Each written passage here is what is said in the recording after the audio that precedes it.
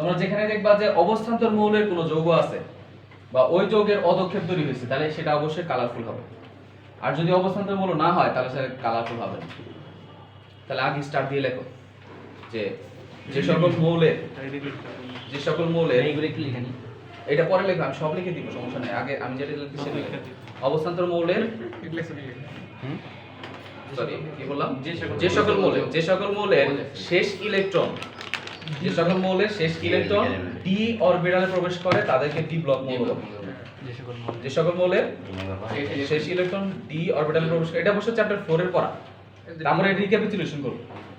Sir পুরো সবগুলো আবার একটু লিখে। আচ্ছা রিভাইজ দিব। আগে এটা লেখো যে সকল মৌলের শেষ ইলেকট্রন ডি অরবিটালে প্রবেশ করে তাদেরকে ডি ব্লক মৌল বলে। এবং ডি ব্লক মৌলের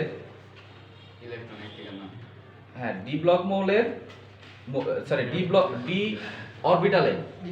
ডি অরবিটালে ভাইটা আমার যে সকল মৌলের শেষ ইলেকট্রন ডি অরবিটালে প্রবেশ করে তাদেরকে ডি ব্লক মৌল বলে। তারপরে দাঁড়িয়ে দিয়ে লেখো ডি ব্লক মৌলের ডি অরবিটালে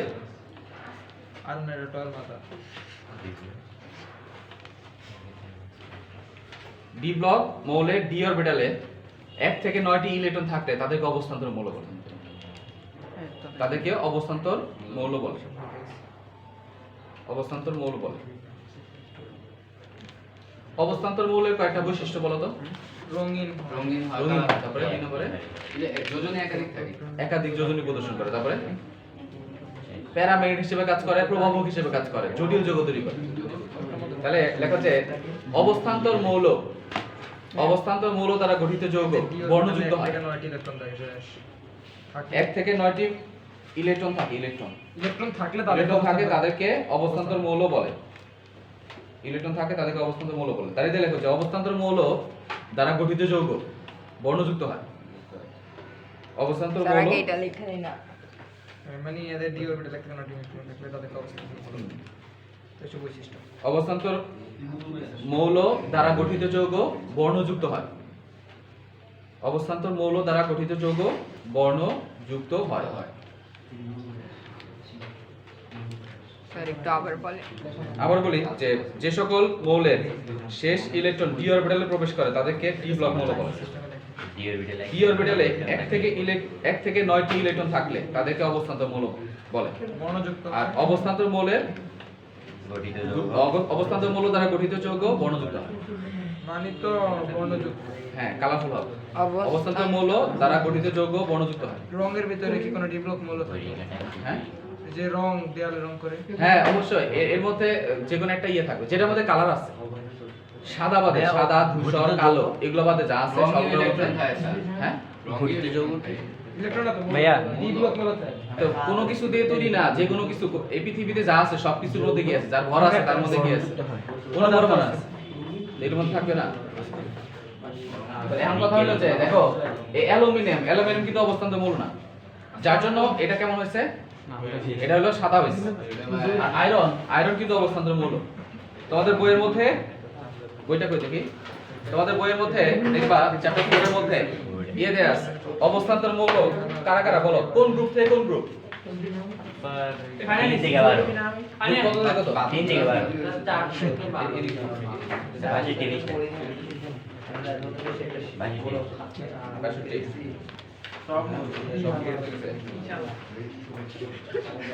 দেখো তোমাদের অবস্থান্তর পর্যায় সারণীর 3 থেকে 12 পর্যন্ত যারা আছে এই গ্রুপে যারা আছে তারা ম্যাক্সিমাম অবস্থান্তর মৌল, বাট কয়েকটা বাদে।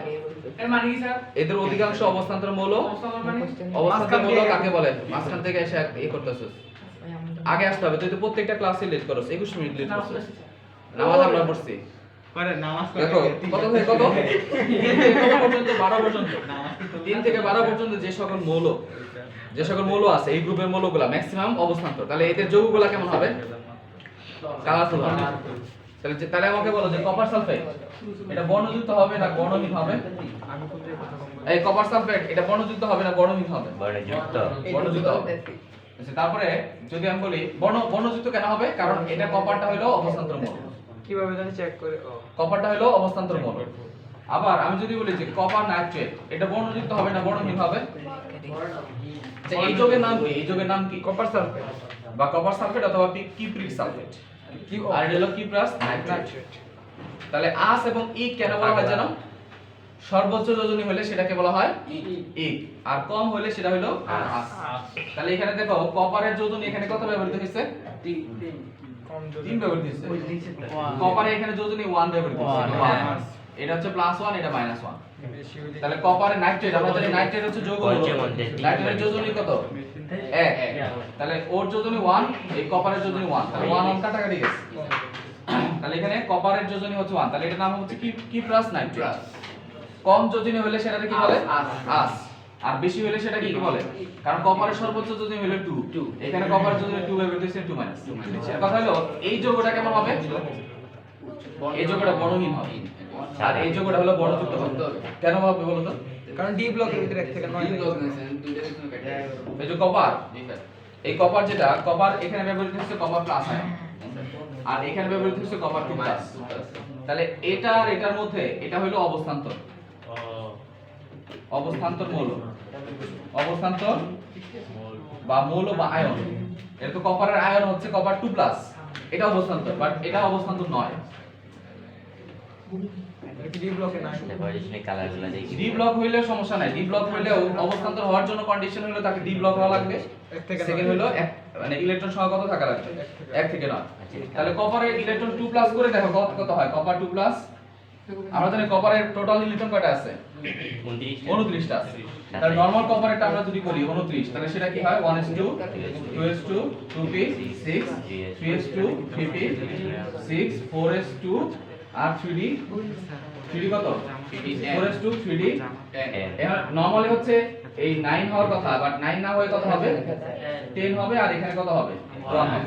তাহলে এটা হলো ইলেকট্রন বিন্যাস স্বাভাবিক অবস্থায়, মানে চার্জ বিহীন অবস্থায়, নিউট্রাল অবস্থায় কপারের ইলেকট্রন বিন্যাস হলো 3d 10 আর 4s। যে কথা বলবা কানটা ধরে দাঁড়া করে রাখবে। তাহলে 3d কত? 10 আর 4s কত? 1। তাহলে কিন্তু কপার প্লাস যদি আমি বলি, কপার প্লাস শুধু, তাহলে ওদের ক্ষেত্রে কি হবে? 3d কত হবে? 3d 10 হবে, 4s 0 হবে। কারণ ইলেকট্রন চলে যায় শেষ কক্ষপথ থেকে। কথা বুঝছো কি না এটা? জি জি বুঝছি। দ্যাট মিন্স এখানে কপার প্লাস মানে কি এক ইলেকট্রন চলে গেছে। চলে গেছে কত নাম্বার শেল থেকে? লাস্ট শেল থেকে। লাস্ট শেল থেকে একটা ইলেকট্রন চলে গেছে। তাহলে 4s কত হবে? 0 হবে, আর 3d 10।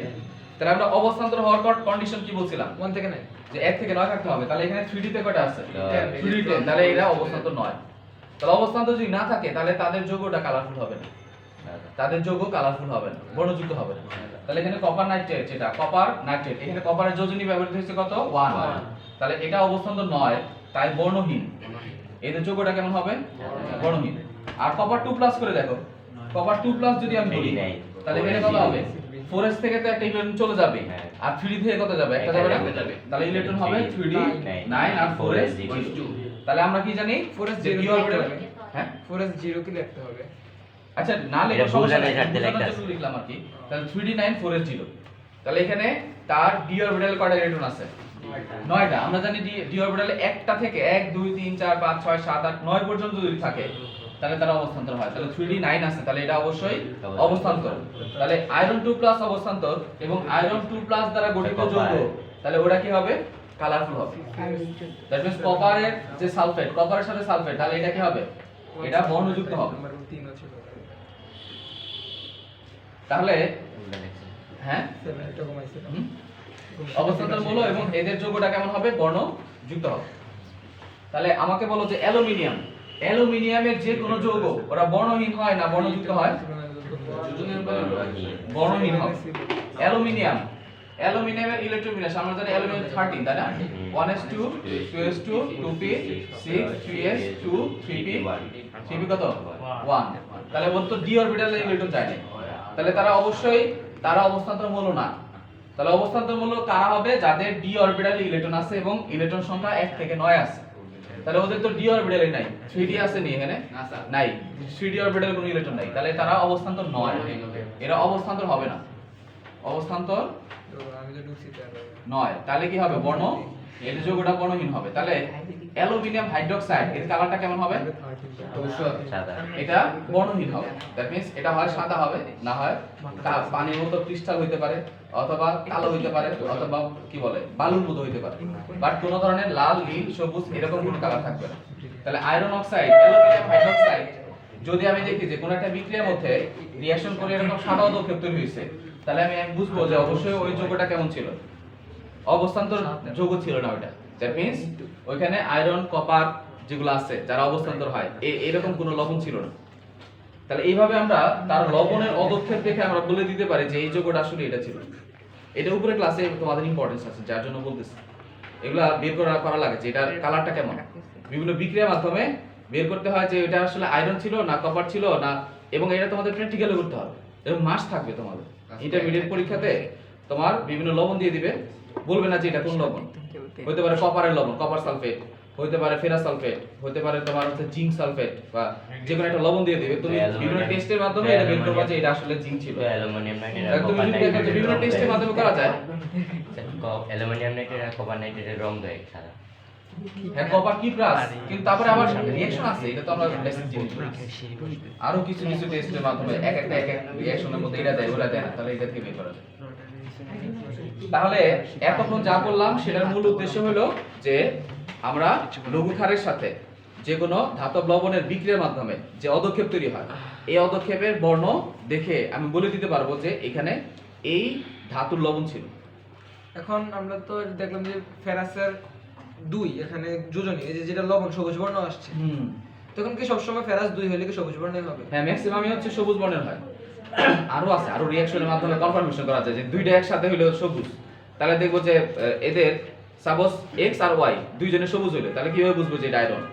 এটা আরো রিঅ্যাকশন আছে, আরো অন্যান্য রিঅ্যাকশন দিয়ে এটা বের করা যায়। এটা উপরে ক্লাসে পড়বা। রং চেক করে করে মানে ও বলছে যে সাপোজ আয়রনের কালার দিল সবুজ, সাপোজ ক্রোমিয়ামের কালারও সবুজ আসলো, তাহলে আমি কিভাবে বুঝবো যে ওইটা আসলে আয়রন ছিল না ক্রোমিয়াম ছিল? কোশ্চেন এটা বলছো না? তাহলে এটা বের করব অন্যান্য আরো কিছু রিঅ্যাকশন দিয়ে। মানে তখন ক্রোমিয়ামের সাথে বিক্রিয়া করে এরকম কিছু একটা। হ্যাঁ, এরকম রিঅ্যাকশন করব যে আয়রন রিঅ্যাকশন করে কিন্তু ক্রোমিয়াম রিঅ্যাকশন করে। এটা উপরে ক্লাসে শেখানো হবে। তাহলে দেখো আমরা কি বললাম যে এতক্ষণ যেটা বললাম সেটা হলো অবস্থান্তর মৌল দ্বারা গঠিত যৌগগুলো কেমন হয়, কালারফুল হয়। আর অবস্থান্তর যদি না থাকে তাহলে সেটা কি হবে, সাদা অথবা বর্ণহীন হবে। তাহলে রিঅ্যাকশন লেখো যে নাম লেখো না।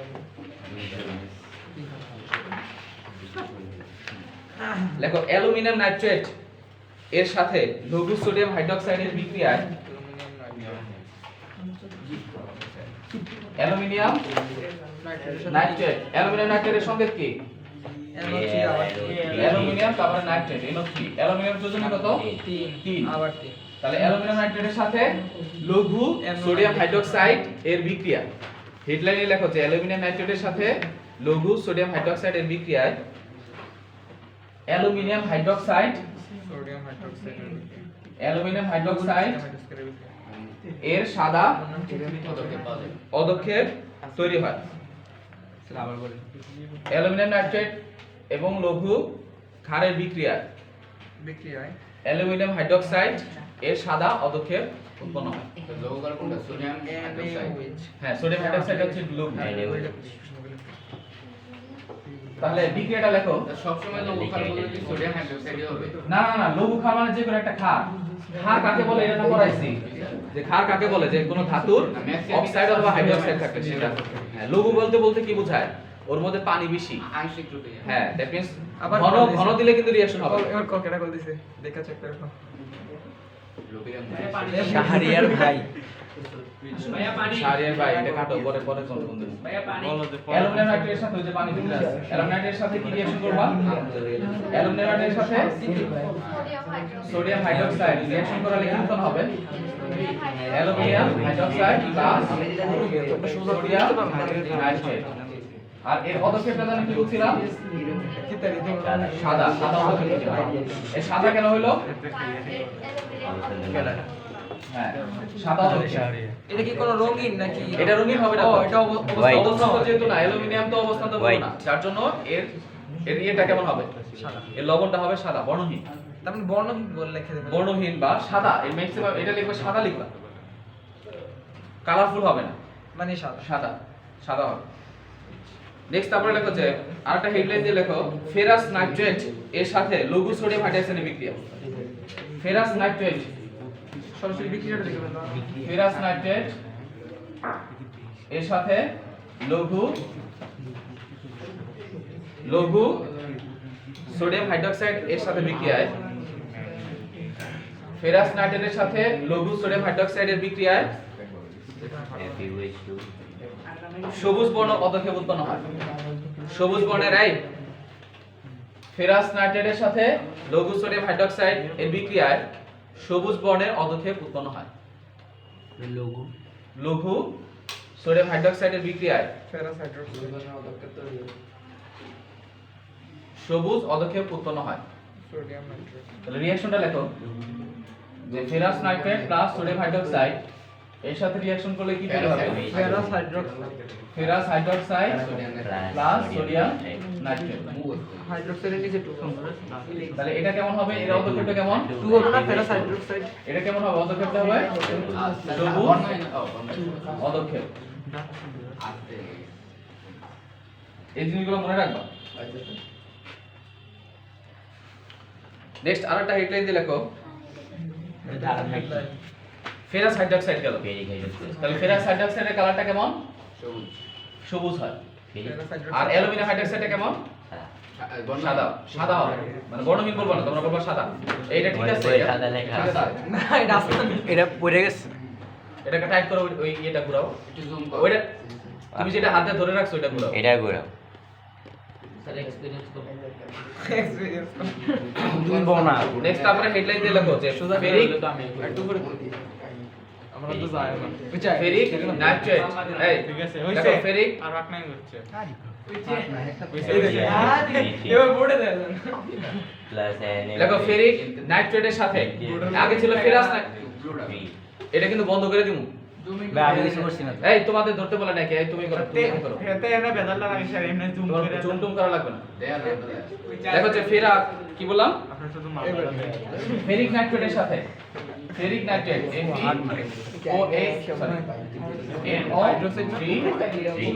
এর সাথে লঘু সোডিয়াম হাইড্রোক্সাইডের বিক্রিয়ায় কি উৎপন্ন হবে? উৎপন্ন হবে FeOH3 প্লাস সোডিয়াম নাইট্রেট। এখানে এই ইকুয়েশন তো বেরোনো হয় না, এর আগেরটা নাইট্রেট কয়টা আছে? দুইটা আছে। তাহলে এখানে কত দেবা? দুই।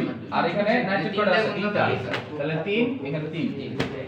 তাহলে এখানে অধক্ষেপ যেটা তৈরি হবে ফেরিক নাইট্রেট, এই ফেরিক নাইট্রেটের বর্ণ এটা কেমন হবে? লালচে বাদামি না? লালচে বাদামি না? হ্যাঁ হ্যাঁ একটা লালচে? সবুজ আর একটা লালচে বাদামি বাদামি অধক্ষেপ তৈরি হবে। যে কথা বলবা কানটা ধরে দাঁড়া করে রাখবো। এই দেখো বলে দিলাম যে কথা বলবি তো কান ধরে দাঁড়া করে রাখবো। তাহলে ফেরিক নাইট্রেটের সাথে সোডিয়াম হাইড্রোক্সাইড বিক্রিয়া করলে কি তৈরি হবে? Ferric hydroxide plus sodium nitrate. তাহলে এটা কালারটা কেমন হবে? লালচে বাদামি। চারটা প্রশ্ন ফেরাস পেলে স্যার সবুজ হলো আর ফেরিক পেলে লালচে বাদামি হলো কি লিখে? এটা এটা কারণ আছে। দুইটা অবস্থা তোর মনে এটা উপরে ক্লাসে শিখবা। এগুলো বলতে গেলে ইতিহাস হবে। না না, এটা উপরে ক্লাসে শিখবা। কত টাকা মেলে এদের মধ্যে আয়রনের সাথে হাইড্রোক্সাইড যে আসে, এটা কোন ধরনের বন্ধন তৈরি হয়েছে? আনি আয়নিক বন্ধন হচ্ছে না? আয়নিক বন্ধনের ক্ষেত্রে এখানে হাইড্রোক্সাইড আসতেছে কয়টা? তিনটা। আর ওখানে হাইড্রোক্সাইড কয়টা আসতেছে? দুইটা। দ্যাট মিন্স আমরা যদি এটার একটা দ্রবণ নেই, শর্টকাটে বলে দিই, এখানে যদি একটা দ্রবণ নেই, লাইট যদি এখানে বাঁচে, এই দাঁড়া থাকো, কানটা ধরো, এই কান ধরো, দাঁড়াও, তো দাঁড়াতে বলছি নি, এই দাঁড়াও। তাহলে এখানে লাইট যদি যায় এর মধ্যে, লাইট গেলে কি হবে? এই অবস্থান্তর মৌলের যে যৌগগুলো আছে ওরা লাইটটাকে ক্যাপচার করে। দ্যাট মিন্স আমি দিলাম ভিজিবল লাইট, ভিজিবল লাইটের তরঙ্গ দৈর্ঘ্য কত থাকে বলো তো? দৃশ্যমান আলোর তরঙ্গ দৈর্ঘ্য হচ্ছে 380 থেকে 780 বা 700 এরকম। এই লাইট যেটা দিচ্ছি, ওই লাইট যেটা যায় ওর কিছু পরিমাণ লাইট আবার সে কি করে? অ্যাবজর্ব করে, শোষণ করে হ্যাঁ শোষণ করলো, বাকি লাইটটা সে বের করে দিল। তাহলে এখন কথা হলো আমরা যে লাইটটাতে, এই লাইটের মধ্যে কয়টা থাকে? কালার থাকে? 7টা। 7টা যে কালার থাকে, ও সাপোজ দিলাম আমি কতটুকু, সে কিছু পরিমাণ আমি শক্তি দিলাম, সাপোজ তোমার 100 পরিমাণ শক্তি তারা দিলাম, মানে লাইট, ওই লাইট যেটা দিছে তার শক্তির পরিমাণ সাপোজ মনে করে 100, তাহলে কিছু পরিমাণ সে 10 পরিমাণ শক্তি সে ধরে রাখলো, আর বাকি শক্তি কি করে দিল, বের করে দিল, বিকিরণ করে। এখানে 90, তাহলে দিলাম সাদা লাইট। এখন এর মধ্যে এই মাঝখানে যে দ্রবণটা আছে, এই দ্রবণটা কি দ্রবণ বা এই দ্রবণটার মধ্যে কোন যৌগ আছে তার উপর ভিত্তি করে সে কতটুকু পরিমাণ শক্তি সে শোষণ করলো, আর বাকিটা সে বের করে দিল না। জি স্যার। দ্যাট মিন্স এখানে দিছিলাম 100, সে 10 শোষণ করলো, 90 বের হয়ে গেল। তাহলে এইখানে যে লাইটটা আসবে, এখানে কিন্তু দিছিলাম তোমার সাদা, মানে তোমার সাদা বর্ণ লাইট দিছিলাম, নরমাল লাইট, কিন্তু এখানে আসবে কি, সেখানে এই যে শক্তিটা কিছু পরিমাণ সে কমে গেল না, এই শক্তি কমে যাওয়ার কারণে এখানে আসবে হয়, মানে যে কোনো একটা শক্তি আসবে, যে কোনো একটা লাইট আসবে, হয় লাল আসবে অথবা সবুজ অথবা বেগুনি, যে কোনো একটা আসবে। এটা ডিপেন্ড করে কার উপর, দ্রবণ কি আছে। দ্রবণটার উপর। And দ্রবণের মধ্যে তুমি যদি আয়রন দাও, FeOH দাও, তাহলে ওর একটা লাইট শোষণ করার ক্ষমতা আছে, জি স্যার। আর FeOH3 that means ferric hydroxide তুমি যদি দাও, আর আরো বেশি সম্ভব। তাহলে ওর একটা লাইট শোষণ করার ক্ষমতা আছে। এর জন্য লাইট যখন এর মধ্যে যায়, ও কিছু পরিমাণ কম আর ও কিছু পরিমাণ বেশি লাইট শোষণ কে করে, বেশি নেয়? যার জন্য Ferric। এখানে স্পেসিফিক বলে আমার মনে নাই কোনটা কে শোষণ করবে, বাট এখানে কি করে, কেউ কম কেউ বেশি পরিমাণ লাইট শোষণ করে, Ferric। যার জন্য এখানে কালার যেটা আসে, এই কালারটা ভিন্ন ধরনের কালার আসে। বুঝতে পারছো এতক্ষণে? মানে কালারফুল যে সকল আছে সাবস্টেন্স, তুমি লবণ নিলা, পানি নিলা, লবণ পানি, এর মধ্যে লাইট দিলা, এই লাইটে এখানে বেশি অ্যাবজর্পশন হবে, বাট এর মধ্যে কি দিলা, কিছু কপার সালফেট দিলা, তো কপার সালফেট দিলে কি হবে, কপার সালফেট যেহেতু আছে, এখানে কপার আছে, অবস্থান্ত মৌল আছে, ও লাইটটা কিছু শোষণ করবে, অ্যাবজর্পশন করে বাকি লাইট বের করে দেবে। এখন যেটা সে বের করে দিল আর যেটা বের করে দিতে পারে নাই, বের করে দিয়েছে সাপোজ অন্যান্য লাইটগুলা, দ্যাট মিন্স আমাদের সাদা লাইটের মধ্যে 7টা আলো আছে না, 7টার মধ্যে সে তোমার বাকিগুলো বের করে দিচ্ছে, শুধু লালটা বের করে নেই, তাহলে ওর কালারটা কেমন হবে, লাল হবে না?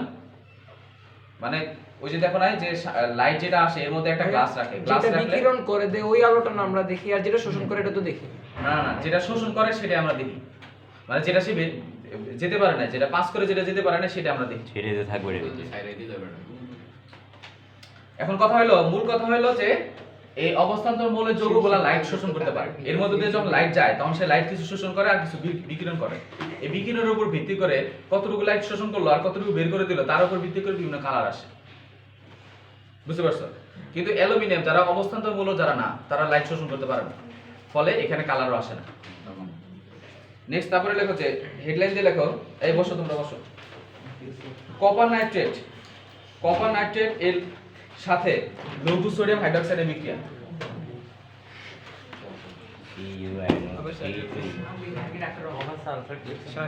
Copper nitrate.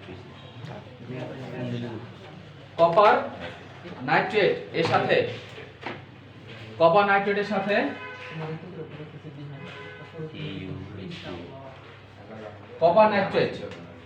সাথে এটা কি প্রাস নাইট্রেট না কি প্রিক নাইট্রেট বলো তো, এই তুমি বলো, গোবিন্দ বল, এটা কি প্রিক নাইট্রেট না কি প্রাস নাইট্রেট? Q plus. এই ওরা বলতে দাও।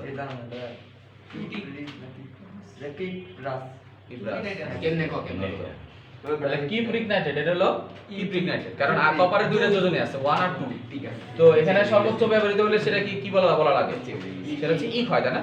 কপারের নাইট্রেট হচ্ছে এটা কি প্রিক নাইট্রেট, এর সাথে সোডিয়াম হাইড্রোক্সাইড যদি রিঅ্যাকশন করাও কি তৈরি হবে, হালকা নীল রঙের তাহলে এক্ষেত্রে হবে copper hydroxide plus sodium nitrate.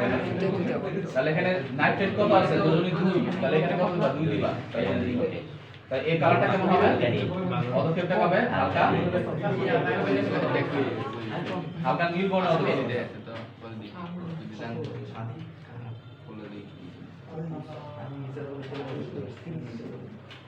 তাহলে এই ক্ষেত্রে কালারটা কেমন হবে, হালকা নীল বর্ণ। নেক্সট হেডলাইন দিয়ে লেখো জিঙ্ক নাইট্রেট এর সাথে লঘু সোডিয়াম হাইড্রোক্সাইডের বিক্রিয়া।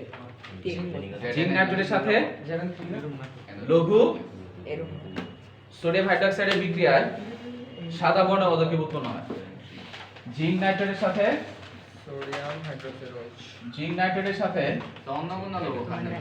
সোডিয়াম হাইড্রোক্সাইড এর বিক্রিয়া কি উৎপন্ন হবে, সাদা বর্ণ অধক্ষেপ তৈরি হয়। জিঙ্ক হাইড্রোক্সাইড তাহলে জিঙ্ক হাইড্রোক্সাইড তৈরি হবে প্লাস সোডিয়াম সোডিয়াম নাইট্রেট তৈরি হবে। তাহলে এখানে সোডিয়াম কত আছে? দুইটা আছে, নাইট্রেট এখানে দুইটা গুণ করব, দুইটা দেব। তাহলে এর অধক্ষেপটা তৈরি হবে কেমন? সাদা মনোমিনার কি কথা বলতে বলছি, কানটা ধরে কিন্তু ধরা করে রাখুন। সাদা অধক্ষেপ। তাহলে এর অধক্ষেপটা কেমন হবে? সাদা। জিঙ্ক হাইড্রোক্সাইডের কালারটা হবে কেমন হবে? সাদা। কেন সাদা হলো কেন? ওই তো জিঙ্ক অবস্থান্তর নয়, যার জন্য এটা সাদা হবে। জিঙ্ক হচ্ছে অবস্থান্তর মূল্য না, এটা কিন্তু জিঙ্ক কিন্তু অবস্থান্তর না হওয়ার কারণে তার কালারটা কেমন হবে? সাদা হবে। নেক্সট আরেকটা লেখা আছে অ্যামোনিয়াম লবণের সাথে ক্ষারের বিক্রিয়া। অ্যামোনিয়াম অ্যামোনিয়াম সরিয়া যাবল আকার ময়কার দন্তে নয় ঋষিকার অন্তত আকার ম অ্যামোনিয়াম বানান করে দেব। হ্যাঁ অ্যামোনিয়াম লবণের সাথে ক্ষারের বিক্রিয়ায় অ্যামোনিয়া গ্যাস পানি এবং লবণ উৎপন্ন হয়। অ্যামোনিয়া গ্যাস পানি এবং লবণ উৎপন্ন হয়। শাশ্বত তুমি তো ক্লাস করছো এর আগে, আর জিজ্ঞেস করবো এই সবার সামনে এসে তারপরে বলবা কার সাথে কার রিঅ্যাকশন ইউজ করতে হবে স্যার।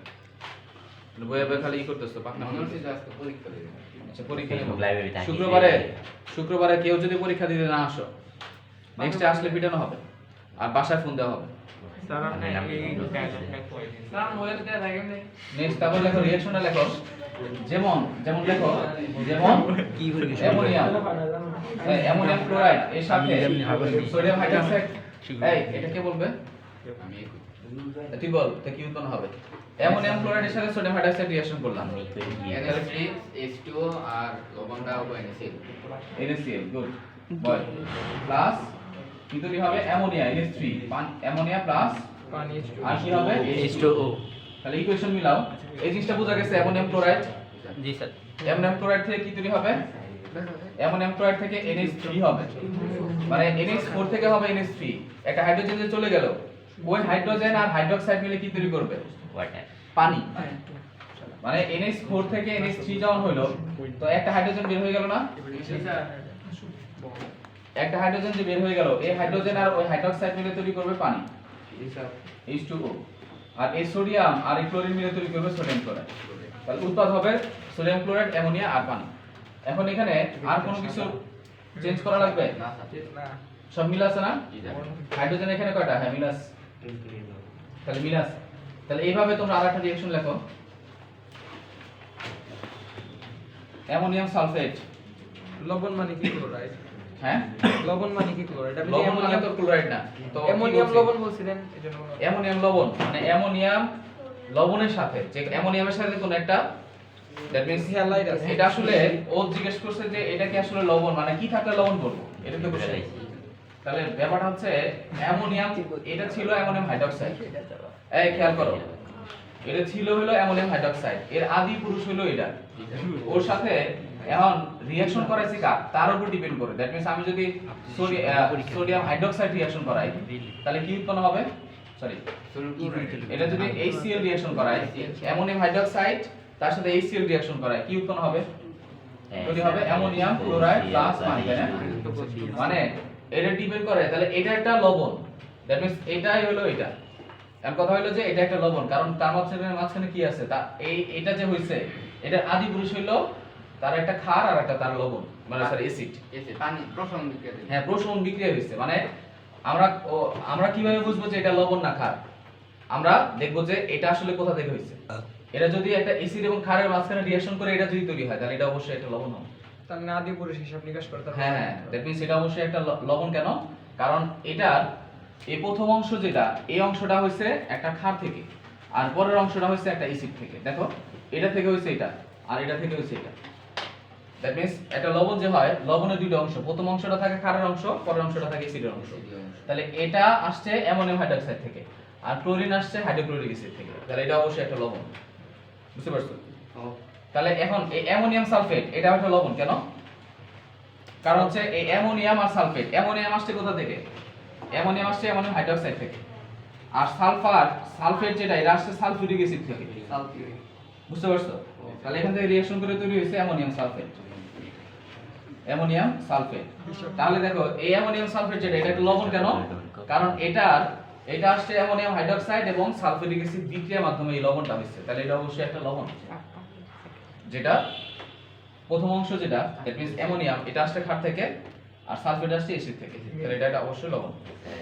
তাহলে এর সাথে তুমি যদি রিঅ্যাকশন করো তাহলে লেখো যে অ্যামোনিয়াম নাইট্রেট এর সাথে তুমি যদি সোডিয়াম হাইড্রোক্সাইড এই রিঅ্যাকশনটা লিখে দেখাও, অ্যামোনিয়াম নাইট্রেটের সাথে সোডিয়াম হাইড্রোক্সাইড রিঅ্যাকশন দিলে সোডিয়াম নাইট্রেট তারপরে H2O প্লাস প্লাস কি হবে? সোডিয়াম নাইট্রেট অ্যামোনিয়াটা কি হবে? ব্যাপার গ্যাস আকারে বেরিয়ে যাবে। উপরে মানে হ্যাঁ উপর দিকে চলে যাবে। নিচে মানে কত? আচ্ছা আরেকটা রিঅ্যাকশন লেখো তো এটা দেখি।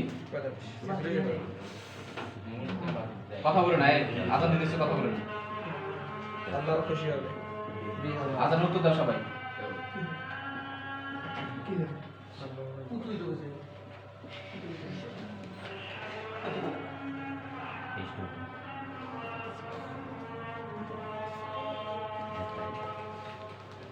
এই ইকুয়েশনটা সবাই মিলাও তো দেখি।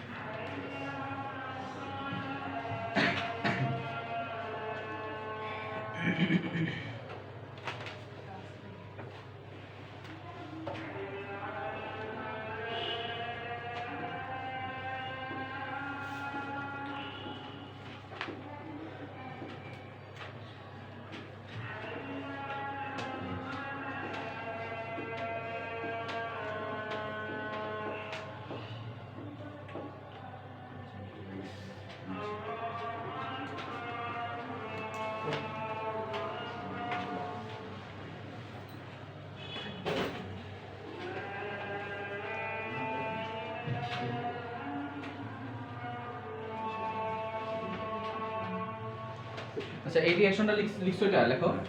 অ্যামোনিয়াম ক্লোরাইড ক্যালসিয়াম হাইড্রোক্সাইড, তাহলে এখান থেকে তৈরি হবে অ্যামোনিয়া।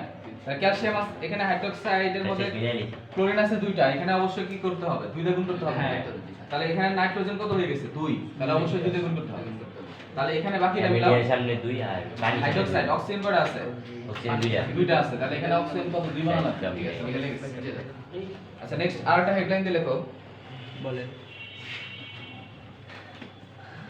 ক্ষারের রাসায়নিক ধর্মে পানির ভূমিকা।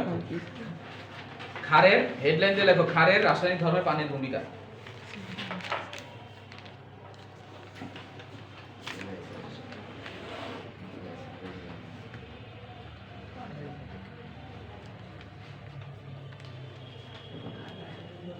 লেখো যে ক্ষার পানিতে দ্রবীভূত হয়ে ক্ষার পানিতে দ্রবীভূত হয়ে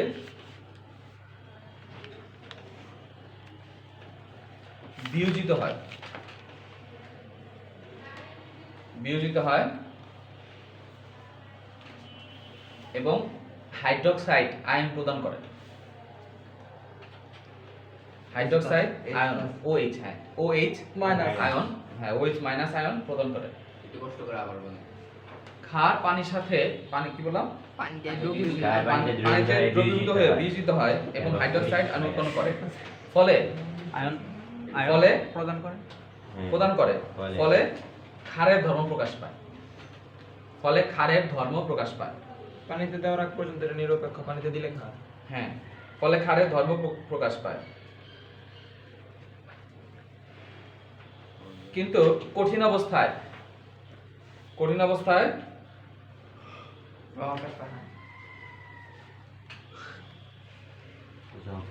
বিয়োজিত হয়ে হাইড্রোক্সাইড দিতে পারে না।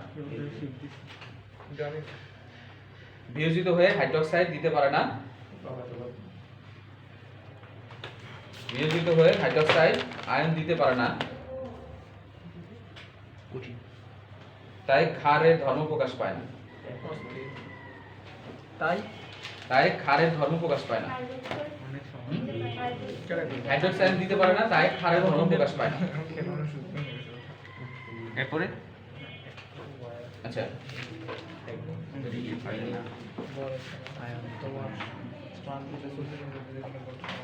দেখো যে সকল ক্ষার পানিতে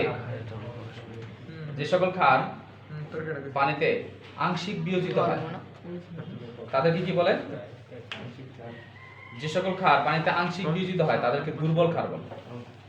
যে সকল ক্ষার পানিতে আংশিক বিয়োজিত হয় তাদেরকে দুর্বল ক্ষার বলে। যেমন অ্যামোনিয়াম হাইড্রোক্সাইড, যেমন উদাহরণ লেখো অ্যামোনিয়াম হাইড্রোক্সাইড। দ্রবীভূত হয় তাদেরকে দ্রবীভূত কি বললাম?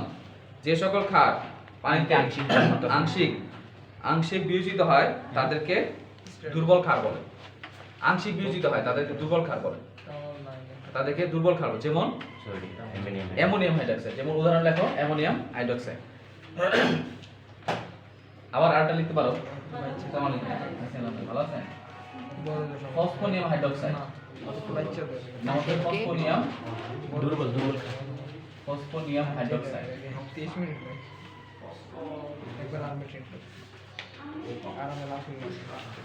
Phosphonium hydroxide. তাহলে অ্যামোনিয়াম হাইড্রোক্সাইড এবং ফসফোনিয়াম হাইড্রোক্সাইড। দেখো যে সকল ক্ষার পানিতে সম্পূর্ণ বিয়োজিত হয়, যে সকল ক্ষার পানিতে সম্পূর্ণ বিয়োজিত হয় তাদের সবল ক্ষার বলে।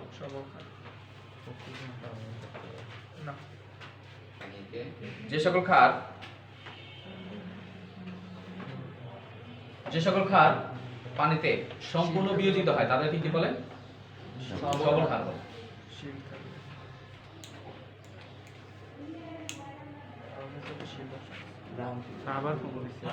যে সকল ক্ষার পানিতে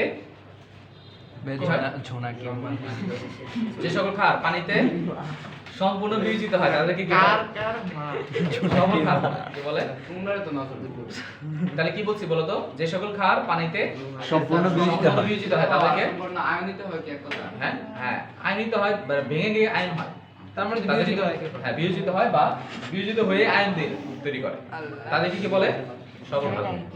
দেখো দেখো গ্রুপ 1, দেখো গ্রুপ 1 এবং গ্রুপ 2, এই লেখো গ্রুপ 1 এবং গ্রুপ 2 এর সকল গ্রুপ 1 এবং গ্রুপ 2 এর সকল ধাতুর হাইড্রোক্সাইড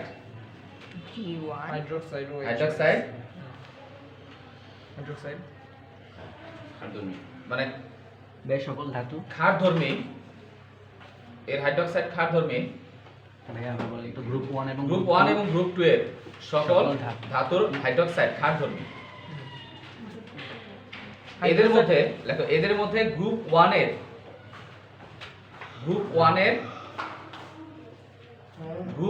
এর হাইড্রোক্সাইড অধিকতর সবল ক্ষার। গ্রুপ 1 এর হাইড্রোক্সাইড অধিকতর সবল ক্ষার। ওএইচ এই যে কি জানি বলে মূলকটা থাকলে কি এটা সাথে সাথে খান না?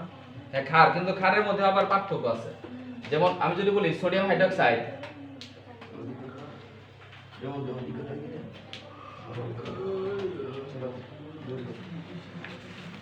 মানে কি? যেমন আমরা লিথিয়ামের পরে খালি না কে রবি ছেঁচে ফেলেছে। আবার এর মধ্যে কি আছে? বিরিয়ানি, মোগলাই, কাবাব, সরিয়ে বাটিতে রাখা। তাহলে এদের হাইড্রোক্সাইড সবাই খালি হবে, আমরা জানি যে এদের হাইড্রোক্সাইডও খালি হবে, এদের হাইড্রোক্সাইড খালি হবে, কিন্তু সবচেয়ে অধিকতর খালি কোনটা? ওদের সক্রিয় কোনটা? এই পাশে সক্রিয় হলো যেটা হচ্ছে গ্রুপ 1 এর যেটা আছে, এদেরটা হবে অধিকতর সক্রিয়, যেমন সোডিয়াম হাইড্রোক্সাইড। আর বেরিলিয়াম হাইড্রোক্সাইড তো দুর্বল হবেই, বেরিলিয়াম হাইড্রোক্সাইড এটার মধ্যে এটা সক্রিয় হবে। তারপরে যদি পটাশিয়াম হাইড্রোক্সাইড, এর মধ্যে ম্যাগনেসিয়াম হাইড্রোক্সাইড, তাহলে কে সক্রিয় হবে? Potassium hydroxide. তাহলে এদের গ্রুপ 1 এরটা অধিকতর সক্রিয় হবে আর গ্রুপ 2 এর তুলনায়। ওকে, এটা হচ্ছে এখন যে গ্রুপ 1 এর ভিতরে কোনটা? কিন্তু গ্রুপ 3 তে যেটা আছে 13 না মনে করেন এদিকে দেওয়া আছে ফ্রান্সিয়াম আর লিথিয়াম উপর থেকে এটা তো বলছি কোনটা বেশি হবে এক লিথিয়াম, হ্যাঁ ফ্রান্সিয়াম এটা পড়ে যাবে। তুমি কোনটা পানিতে দ্রবীভূত হওয়ার ক্ষেত্রে লিথিয়াম মানে ফ্রান্সিয়াম এটাই হবে। আচ্ছা এটা দেখতে হবে ফ্রান্সিয়াম দ্রবীভূত হওয়ার ক্ষেত্রে ওই সূত্রটা আসবে ফ্রান্সিয়াম লিথিয়াম, এটা পরে দেখব।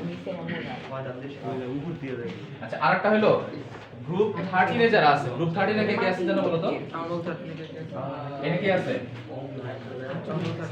বোন আমার মনে হয় গেল ইন্ডিয়া থেকে প্রথমে কি আছে? বেরিলিয়াম, তারপরে বোরন, তারপরে কার্বন, নাইট্রোজেন, তাই না? বোরনের পরে কি আছে? আমার গেল ইন্ডিয়া। আচ্ছা দেখো এদের মধ্যে বোরনের হাইড্রোক্সাইড যেটা আছে, এই গ্রুপ 13 বোরনের হাইড্রোক্সাইড আর অ্যালুমিনিয়াম হাইড্রোক্সাইড। এখানে লেখো যে অ্যালুমিনিয়াম স্টার দিয়ে লেখো অ্যালুমিনিয়াম হাইড্রোক্সাইড। অ্যালুমিনিয়াম হাইড্রোক্সাইড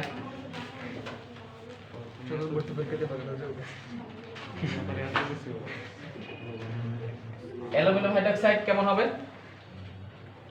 এর ক্ষারীয় হবে না অ্যাসিডিক হবে? হারিও ক্ষারীয় হবে। এদের ক্ষারত্ব কম, ফালতু কমছে এদের ক্ষারত্ব কম এবং অ্যালুমিনিয়াম হাইড্রোক্সাইড এটা তো ক্ষার, বাট এদের ক্ষারত্ব মানে যত বাম থেকে তুমি ডানে যাইবা তত এদের ক্ষারত্ব অ্যাসিডি হবে এবং যত আস্তে আস্তে আরো ডানে যাইবা তত তাদের অ্যাসিডি চলে আসবে, অম্লীয় হয়ে যাবে অত আলটিমেটলি অম্লীয় চলে আসবে। যেমন তুমি কার্বন যদি বলি sodium, beryllium, boron, carbon, carbon dioxide তাহলে অম্লীয় কার্বনের অক্সাইডটা হাইড্রোক্সাইডটা কি হবে বা অক্সাইড যেটা আছে কার্বন ডাই অক্সাইডটা কেমন হবে? অম্লীয় অম্লীয় হবে। তারপরে কি আছে? নাইট্রোজেনের অক্সাইড, নাইট্রোজেনের যদি অক্সাইড যদি দিই তাহলে সেটা কি হবে? অম্লীয় হবে। দ্যাট মিন্স ধাতুর অক্সাইডগুলো কি হবে? ক্ষারীয় হবে, অধাতুর অক্সাইডগুলো অম্লীয় হবে। এবং ধাতুর অক্সাইডের মধ্যে যারা গ্রুপ 1 এ আছে তারা সক্রিয় ধাতু, সক্রিয় ক্ষার হবে। আর যারা গ্রুপ 13 এ আছে তাদের অক্সাইড বা হাইড্রোক্সাইডগুলো দুর্বল হবে। তাদের হাইড্রোক্সাইডগুলো মানে অ্যালুমিনিয়ামের যে অক্সাইড আছে দ্যাট মিন্স যেটা Al2O3 অ্যালুমিনিয়াম অক্সাইড এটা আবার উভধর্মী। অ্যালুমিনিয়ামের যে অক্সাইড আছে এটা কেমন হবে? উভধর্মী মানে কি? অ্যাসিডের সাথে রিঅ্যাকশন করে, ক্ষারের সাথে রিঅ্যাকশন করে, দুইয়ের সাথে রিঅ্যাকশন করে। আচ্ছা এটা অত বুঝলাম না। অ্যালুমিনিয়াম হাইড্রোক্সাইড তো ক্ষারীয়, বাট অ্যালুমিনিয়াম অক্সাইড মানে ক্ষারীয় কিন্তু দুর্বল, ক্ষারীয় কিন্তু দুর্বল ক্ষার। লেখো যে অ্যালুমিনিয়াম হাইড্রোক্সাইড এবং বোরনের হাইড্রোক্সাইড যেটা এরা দুর্বল ক্ষার। অ্যালুমিনিয়ামের যেটা হাইড্রোক্সাইড থাকবো, বোরনের যে হাইড্রোক্সাইড এটা দুর্বল। তাহলে গ্রুপ 1 এরটা হবে অধিকতর সবল, তারপরে গ্রুপ 2, তারপরে 13 এর যেটা আছে তারা অধিকতর দুর্বল। ঠিক আছে তো নেক্সট তারপরে আজকে তাহলে এই পর্যন্ত থাকো। ওকে স্যার শুক্রবারে সুন্দর করে এটা বন্ধ করো। শুক্রবারে